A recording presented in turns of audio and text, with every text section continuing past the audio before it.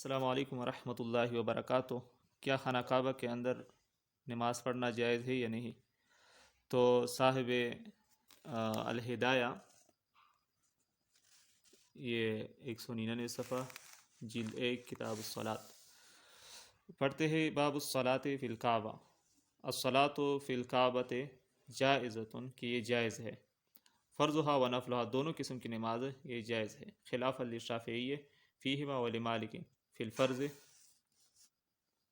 یہاں پر تو اختلافی کی طرف اشارہ ہے کہ امام شافعی کے نزدیک جائز نہیں ہے، اور امام مالک رحمۃ اللہ علیہ فرماتے ہیں کہ فرض جائز نہیں ہے، وہ فرض میں اختلاف کرتے ہیں۔ بہرحال یہ تو اختلاف ہے، ہماری دلیل ہے لأنہ صلی اللہ علیہ وسلم صلی فی جوف الکعبۃ یوم الفتح، کہ فتح مکہ کے دن نبی کریم صلی اللہ علیہ وسلم خانہ کعبہ کے اندر ہی داخل ہوئے اور اس کے اندر ہی نماز پڑھی، یہ رواہ البخاری۔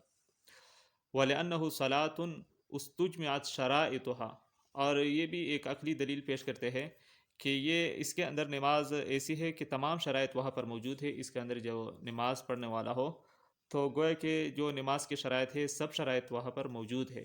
لوجود استقبال القبلۃ، کیونکہ وہاں پر جو قبلے کی طرف استقبال کرنا ہے وہ بھی موجود ہے۔